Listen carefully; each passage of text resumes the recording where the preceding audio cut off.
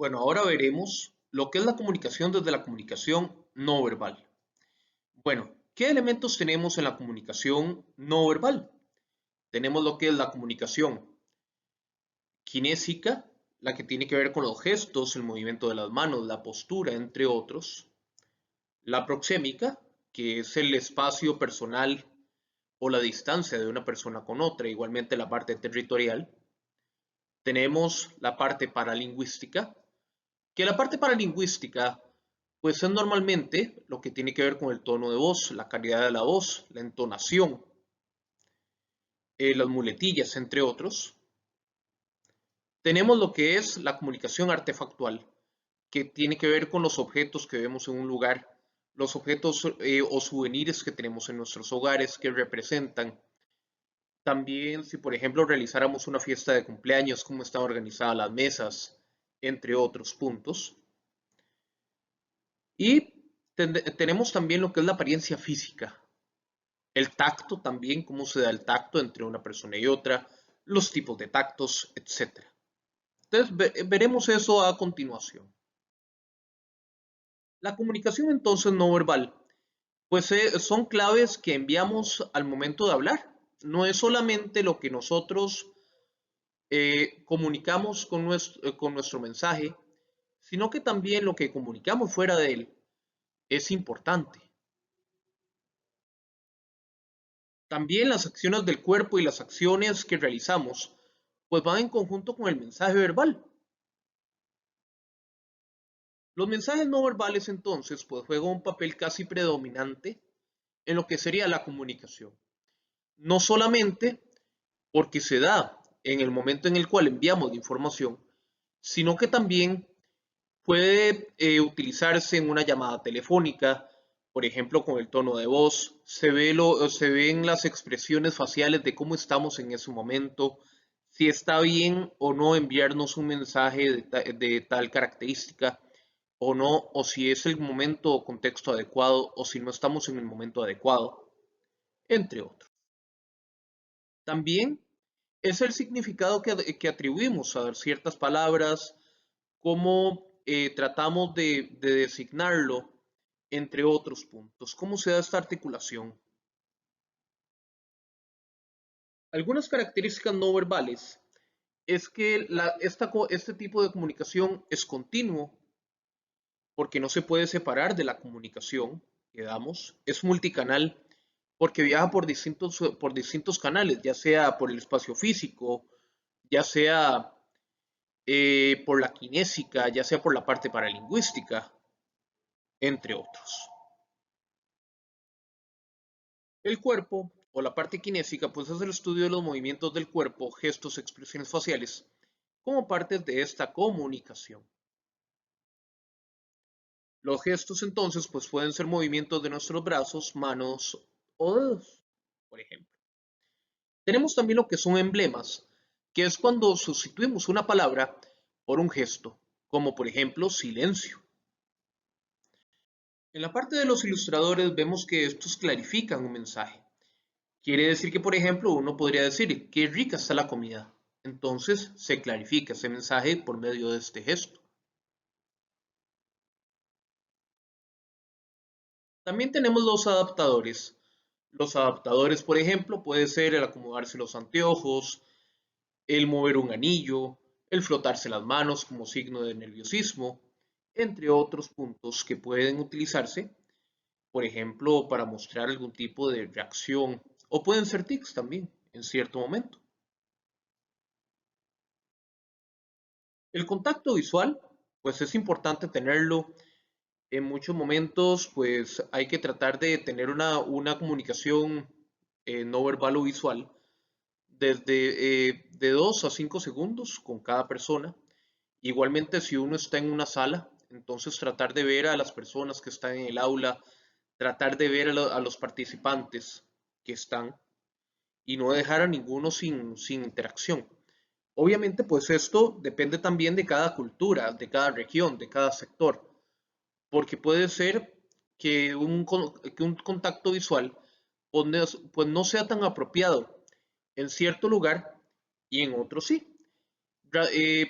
Problemas, por ejemplo, como se puede dar en Japón. En Japón, pues se ve como incómodo, como algo negativo, el ver a una persona fijamente durante cierto tiempo. Y en Indonesia y en China se ve como malos modales. Entonces, pues es importante cuidar ese tipo de comunicación.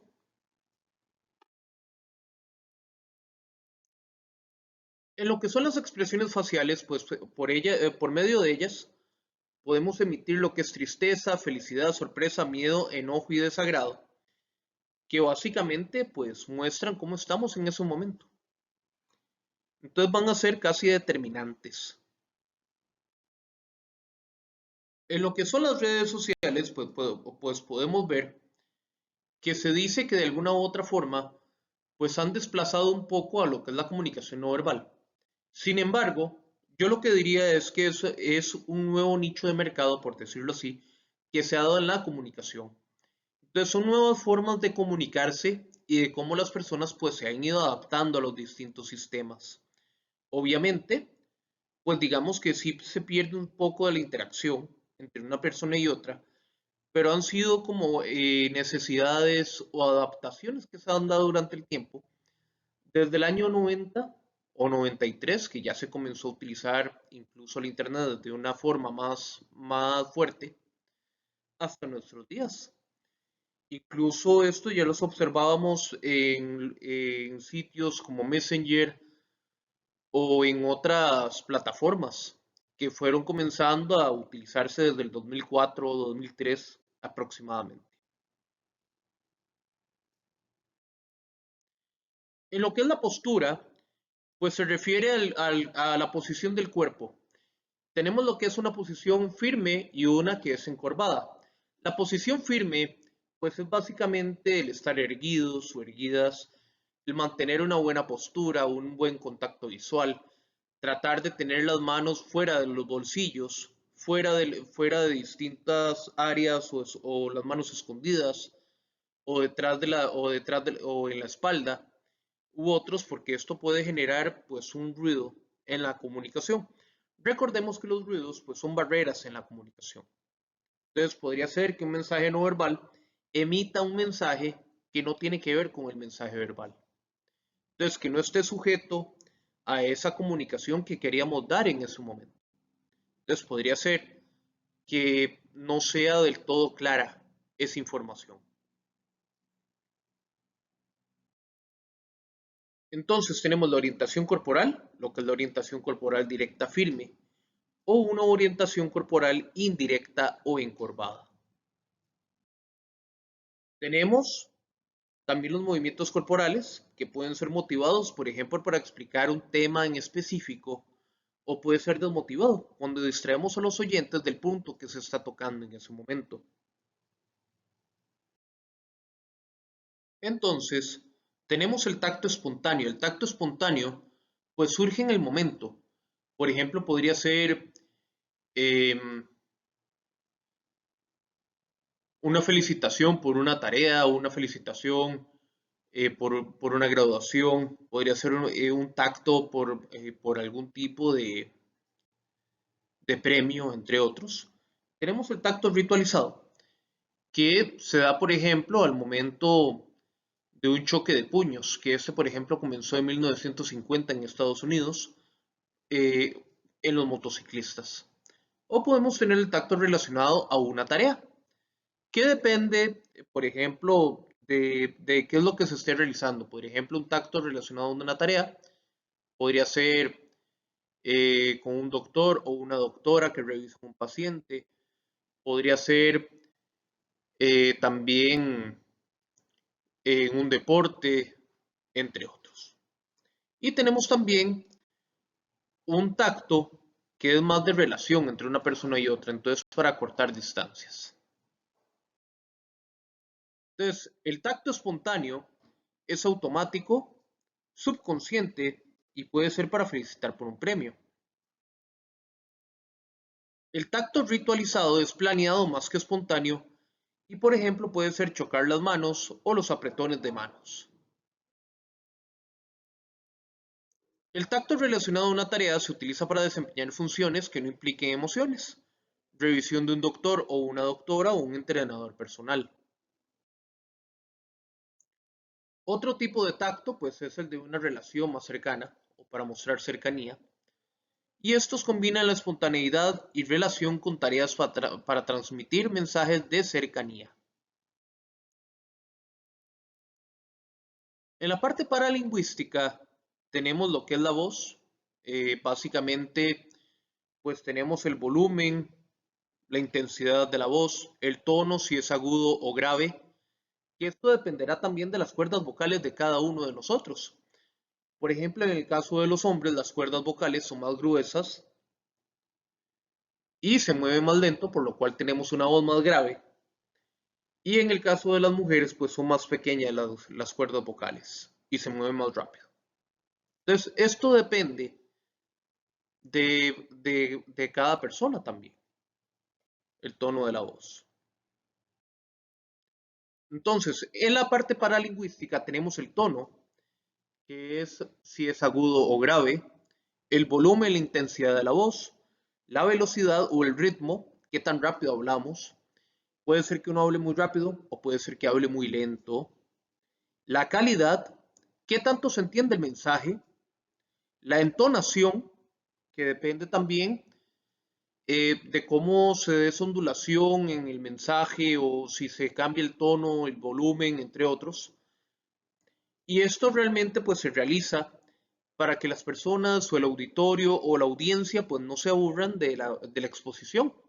Porque si por ejemplo yo les comienzo a hablar así, buenos días, buenas tardes, hoy vamos a hablar sobre el tema tal y tal y tal y tal, y comienzo así a hablarles bajito, pues ustedes se van a aburrir. Pero si yo les hablo alto, si yo les hablo bien, con una buena calidad y una buena entonación, pues ustedes se van a sentir mejor y van a entender la charla, van a tratar de poner la atención, la mayor atención posible, entre otros puntos. Entonces, esa es la calidad y la entonación, pues es la acentuación que utilizamos. Y las pausas vocalizadas ya son las muletillas. Por ejemplo, cuando uno se queda pensando o se queda procesando el mensaje para contestarlo. El problema es que si este tipo de información se queda por mucho tiempo, pues puede ser que nos distorsione el mensaje.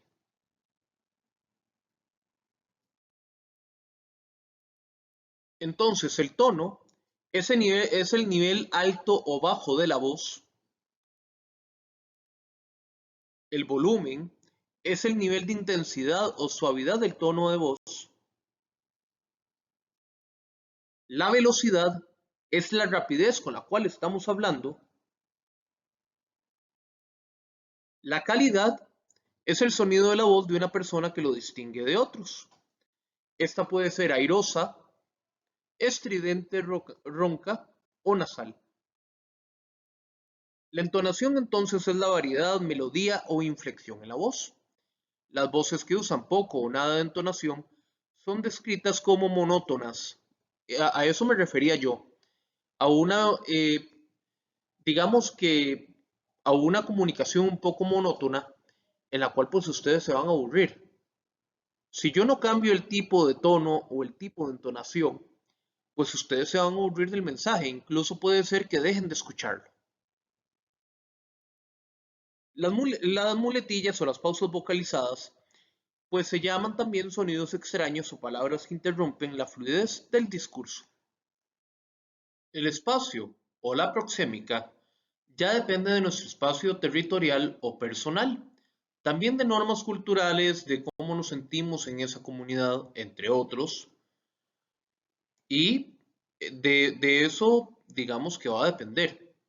Entonces, el espacio es el estudio de la sociología y psicología sobre el requerimiento de espacio de seres humanos y animales, además de los efectos de la población y densidad en sus actitudes para comunicar y su entorno social. O sea, depende de la parte social, de cómo se dé pues, en esa comunidad, entre otros. Existe lo que es el espacio territorial y personal. El espacio territorial, pues depende del territorio de cada uno de nosotros y qué es lo que nosotros sintamos como ese territorio. La parte personal Pues es la distancia íntima, por ejemplo, con una pareja o con amigos muy cercanos. Luego, con amigos un poco más lejanos, pues tendremos una comunicación o una distancia un poco más cercana.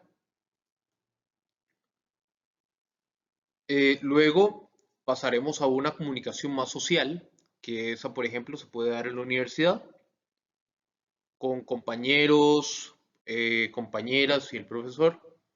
Y tenemos una distancia más pública, que la distancia pública, pues depende, por ejemplo, si son personas desconocidas o si son personas con las cuales no nos comunicamos mucho o no interactuamos mucho.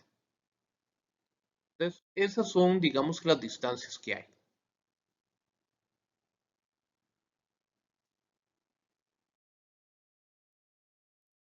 Entonces, el espacio personal, pues es el espacio que requiere la persona para sobrevivir o en la cual se siente a gusto.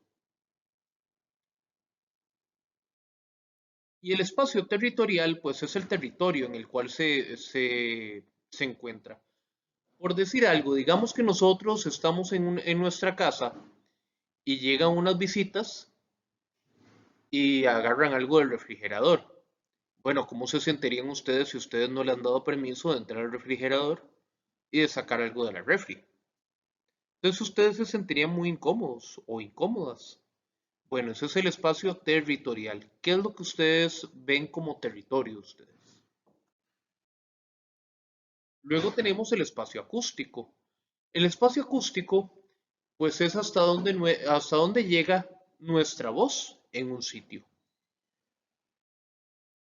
Los artefactos, pues ya digamos que son como los souvenirs, como les decía anteriormente, o quizás objetos que ustedes utilizan para una fiesta, para una reunión, para mostrar jerarquía, para protocolo, entre otros. Entonces los artefactos se van a utilizar en esos momentos, ya sea, por ejemplo, objetos integrados, pueden ser objetos integrados a un aula, como puede ser el proyector, la pizarra, tal vez los pilots, digamos que por ejemplo ahí estuvieran en el aula siempre los pilots, pero también podrían haber objetos revelados, por ejemplo, un cuaderno de asistencia del profesor o profesora, podría ser un cuaderno que siempre utiliza el profesor en un aula. Podrían ser objetos no revelados, por ejemplo, una cámara que existiera en algún lugar que uno ni siquiera se da cuenta de que existe ahí. Entonces, eso podría ser una comunicación de un objeto no revelado. Y también, pues, existe la comunicación subliminal. La comunicación subliminal, pues, digamos que uno no observa qué es lo que sucede. O, por ejemplo, puede ser que llegue una información de alguna u otra manera a nuestro cerebro, pero que no la estamos captando, no la vemos y no la observamos, no sabemos qué es lo que ocurre ahí, pero captamos esa información. Eso es subliminal. También tenemos el uso del tiempo desde la parte cronémica, que la parte cronémica pues depende también del tiempo o por decirlo así, de contestar rápido los mensajes, de ponerle atención a las personas, de cómo es nuestra comunicación con los demás, etcétera. La apariencia es según nuestra vestimenta, cómo nos vemos en un lugar o en un sitio, dependiendo del contexto, tanto físico como social, cultural, histórico, entre otros. Entonces, de eso va a depender la apariencia que debamos tener. La cronémica entonces es como utilizamos el tiempo según nuestras normas culturales. Igualmente, pues llegar a tiempo a algún lugar, los protocolos que se deban seguir, etcétera. La apariencia física es como otros nos ven, es de los primeros aspectos que la gente juzga Aquí podemos hablar un poco del efecto halo también, de cómo es la primera impresión, no solamente de la parte física de nuestra comunicación no verbal, sino de cómo nos observan los demás, cómo nos ven los demás. Eso también es importante. Y hay que buscar la ropa adecuada para la ocasión. También para enviar mensajes no verbales hay que monitorear conscientemente los mensajes no verbales. ¿Realmente ese mensaje verbal va de acuerdo al mensaje no verbal? ¿O el mensaje verbal va de acuerdo al mensaje no verbal que quiero emitir? ¿O son contradictorios? O por ejemplo, eh, estoy diciendo, estás haciendo muy bien tu trabajo, pero estoy con las manos cruzadas, es como decirle, sí, pero no me gusta alguna parte de cómo lo estás realizando. Entonces es como un contramensaje. Alinear los mensajes no verbales con tu propósito. Entender qué es lo que quiero decir y cómo lo voy a decir. Adapte los mensajes no verbales a la situación en la cual estamos. Y reduzca o elimine los mensajes no verbales que sean distractores. Pueden existir mensajes distractores que vayan a afectar el mensaje. Para interpretar los mensajes no verbales, primero podemos ver que el mensaje no verbal puede tener significado distinto para personas distintas. Quiere decir, ese mensaje va de acuerdo al momento, de acuerdo a la circunstancia y puede ser que sea malinterpretado. Entonces, ¿cómo hacemos para que no sea malinterpretado? Tratar de ver que estemos enviando bien la información, revisar normas culturales, adaptarnos a las normas culturales de otros países si estuviésemos en otro país y considerar el mensaje no verbal en su contexto. Igualmente, tratar de no enviar algún mensaje negativo en cierto lugar si vemos que eso se puede mostrar como algo altamente negativo. También preste atención a los múltiples aspectos de la comunicación no verbal y su relación con la comunicación verbal y revise su percepción. En la parte del cuerpo, pues tenemos los gestos, como les decía, cómo son nuestros movimientos de las manos, de los pies, de los dedos, entre otros las ilustraciones, por ejemplo, que clarifican el mensaje buenísimo. Entonces uno hace como una expresión de que está buenísimo con la mano. Emblemas cambian básicamente una palabra por un símbolo. Los adaptadores son, por ejemplo, el moverse los anteojos continuamente, frotarse las manos, puede ser el moverse el pelo, el estar moviendo un anillo, entre otros. Esos son adaptadores que nos ayudan quizás a adaptarnos al momento, a la circunstancia, pero que pueden ser un poco negativos si los usamos excesivamente. El contacto visual, ya sabemos que también es importante, pero que depende de cada contexto, que puede ser que en cierto contexto pues no se vea bien. Luego tenemos las expresiones faciales, que estos son el mayor emisor de emociones que tenemos. Entonces van a mostrar si uno está triste, si está contento, si está emocionado o cómo está en ese momento. La postura es importante que se afirme con las manos que se puedan ver. Y el tacto, pues tenemos que el tacto puede ser espontáneo, por ejemplo, en cierta circunstancia, puede ser ritualizado, puede estar relacionado a una tarea o puede ser también por un acercamiento entre una persona y otra.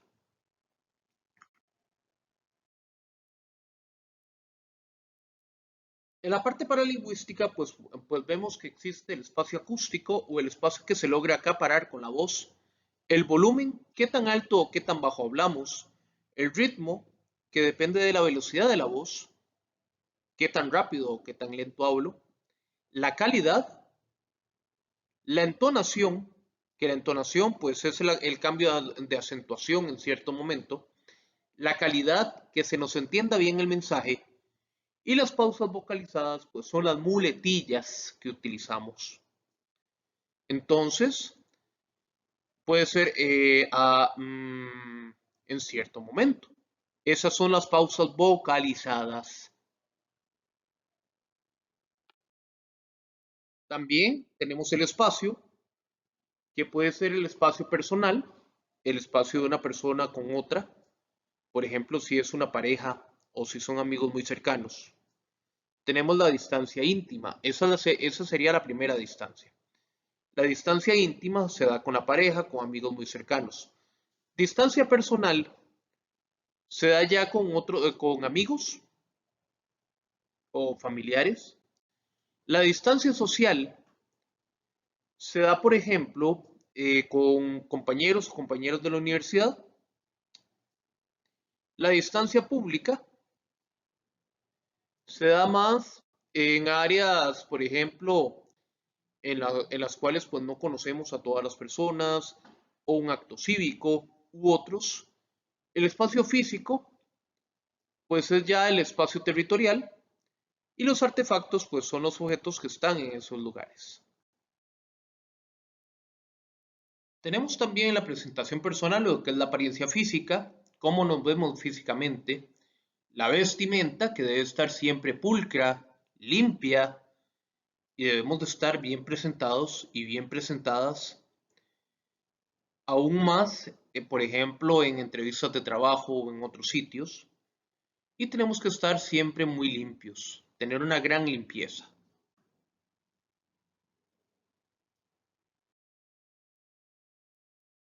También existen ciertas variaciones culturales y de género, por ejemplo, con el contacto visual, las expresiones faciales y gestos o la sensación del tacto. Cuándo es idóneo utilizarlo y cuándo no. Otras variaciones pueden ser los atributos vocales o de la voz, el espacio público o privado de la persona y su territorio, los artefactos y apariencia física o el tiempo.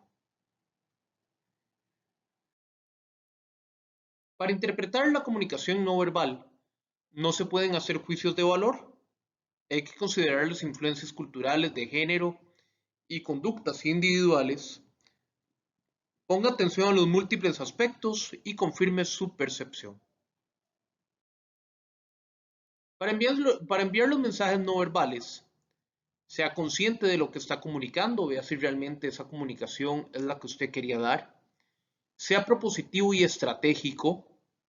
No deje que su comportamiento no verbal distraiga de su mensaje. Puede ser que ese mensaje pues distorsione la audiencia o haga que la audiencia pues pierda la atención en cierto momento. Entonces trate de evitar esos comportamientos que no van de acuerdo al mensaje. Revise su comunicación verbal y adáptese a la situación. Esto es muy importante, adáptese a las reacciones de la audiencia, adáptese al comportamiento que tiene esta audiencia, entre otros.